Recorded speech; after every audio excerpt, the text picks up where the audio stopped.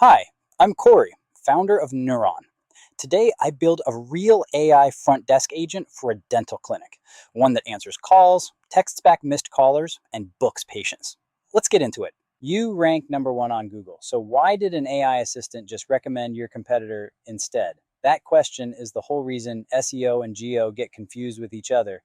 And today, we're going to settle exactly what changed, what didn't, and what to actually do about it using nothing but sourced published research. Here's the number that starts this whole conversation.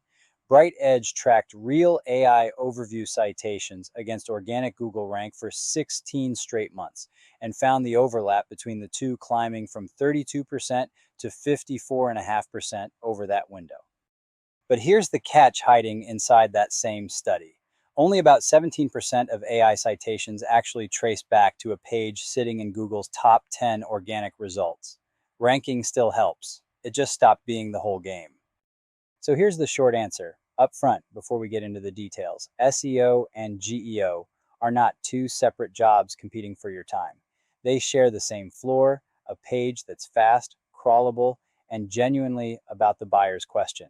GEO adds a second layer on top of that floor, one that decides whether an AI engine actually quotes you inside its answer. Let's start with the actual definition because it's more specific than SEO is dead. SEO, search engine optimization, optimizes a page to rank in a results list that a human then scans and clicks through. GEO, generative engine optimization, optimizes that same page to be read, trusted, and quoted directly inside an AI generated answer, one the person asking may never click through from at all. The term itself comes from real academic research, not a marketing rebrand. The paper that coined generative engine optimization found that applying geo-specific techniques, things like adding statistics and citing sources, measurably increased how often a page got surfaced inside generative engine answers up to 40% in their test. So if you already rank first on Google, are you already winning at Geo too? Let's look at that directly. Partially, and less than it used to. Ranking and citation are correlated, not identical, and that gap is a big part of why a business can dominate its local search results and still be completely invisible inside an AI assistant's answer. And how much ranking still matters swings hard by industry. The same 16-month study found healthcare and education running at 75 and 72% overlap, categories where accuracy and licensed authority carry heavy weight in both systems. E-commerce sat nearly flat at under 23% the entire time. The takeaway here is not that ranking is a wasted effort, it's a real input, and it matters more in some categories than others. The mistake is treating a number one Google ranking as proof of AI visibility. That single blind spot is the most common one this whole body of research keeps surfacing. So if ranking alone doesn't decide it, what does an AI engine actually weigh? Structure and evidence, measured directly rather than inferred. One analysis looked at over 300,000 URLs that AI platforms actually cited and compared them against similar pages that weren't cited, isolating the traits that showed up disproportionately on the winning side.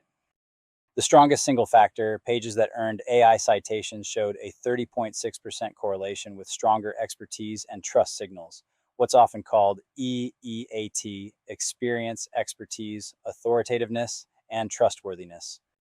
Close behind that, cited pages were 32.8% more likely to include a clear summary or takeaway line, 22.9% more likely to have strong section structure, and question and answer formatting correlated with citation almost as strongly as EEAT itself at 25.4%. None of those four figures is a ranking factor Google ever published or scored the same way. Classic SEO rewards a page for matching a keyword and accumulating authority over time. This data suggests AI engines are instead asking, in effect, can I lift a clean, sourced, well-organized answer straight out of this page in the next half second? Fine, but does actually optimizing for geo move the needle, or is this just theory? The measured evidence says yes, on both ends of the research.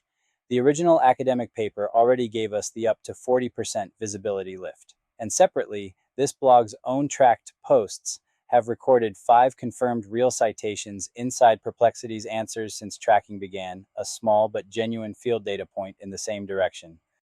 In our own measured experience, a sourced answer first page gets picked up by AI search inside roughly 4 to 5 weeks of publishing. We won't dress that up as more than it is. 5 citations across dozens of pages is early evidence, not a guarantee, and citation status flickers. A page can be cited on one weekly check and gone on the next. So, does any of this mean you should throw out your SEO work and start over? Let's map it out plainly. No, nothing here argues for abandoning SEO, and most of the underlying work carries over directly. What changes is emphasis and format, not the underlying goal of being genuinely useful to the person asking. The technical layer underneath both of them is identical: page speed, crawlability, and whether the bots that read for AI engines can even fetch your content in the first place. That's a separate, purely mechanical check worth running before anything else on this list. So, with all that mapped out, what should you actually change on your own site this month? Start with whichever items below are currently weakest. Most sites are missing 2 or 3 of these, not all of them. Rewrite your top 5 to 10 pages key sections as a direct question, then a front-loaded answer. Add named, dated, linked sources for every real statistic or claim you make. Then build real expertise signals into the page itself: who wrote it, what they actually know, why it's credible, and keep doing normal SEO underneath all of it: speed, crawlability, on-page basics. It still correlates with citation, just more loosely than it used to.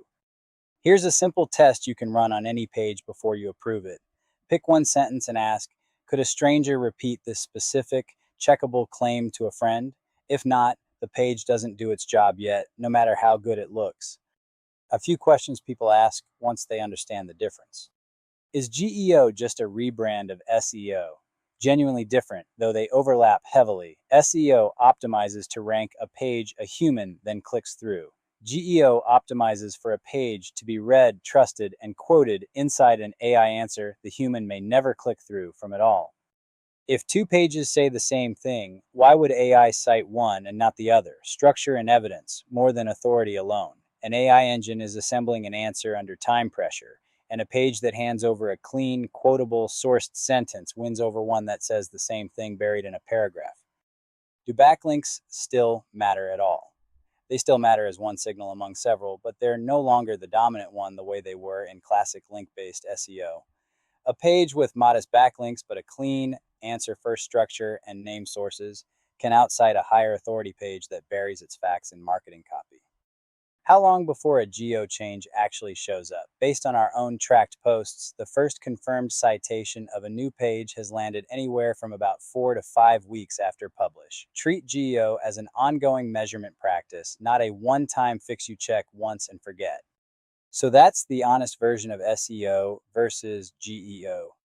Keep the floor you already built: speed, crawlability, being genuinely useful.